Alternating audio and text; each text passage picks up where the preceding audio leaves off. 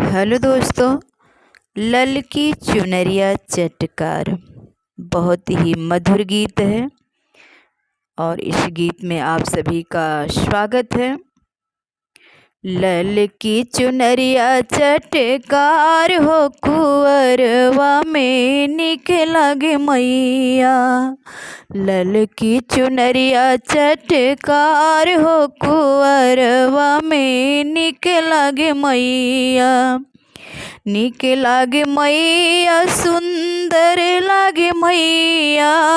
निक लागे मैया सुंदर लागे मैया।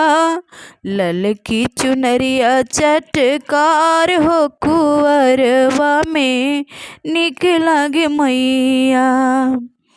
चुनरी पहिनी मैया गैली फुलवरिया। चुनरी पहिनी मैया गैली फुलवरिया। तोड़े लगली मोरी मैया अड़हुल के फूलवा।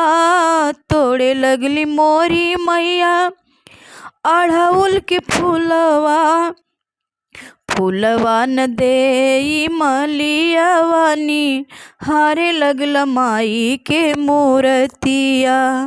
फूलवा न देई मलियावानी हारे लगले माई के मूर्तिया। कवने नीलोकवा से आइलु महारानी। कवने नीलोकवा से आइलु महारानी। सुरतिया अनमोल लागे मैया। सुरतिया अनमोल लागे मैया। ललकी चुनरिया चटकार हो कुंवरवा में निक लागे मैया। चुनरी पहिरी मैया गैली बजरिया। चुनरी पहिरी मैया गैली बजरिया। कीने लगली मोरी मैया सेंधुरा टिकुलिया। कीने लगली मोरी मैया सेंधुरा टिकुलिया।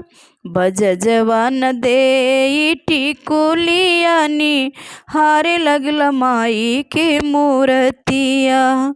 कवने नीलोकवा से आइलु महारानी। कवने नीलोकवा से आइलु महारानी। सुरतिया अनमोल लागे मैया। ललकी चुनरिया चटकार हो कुंवरवा में निक लागे मैया।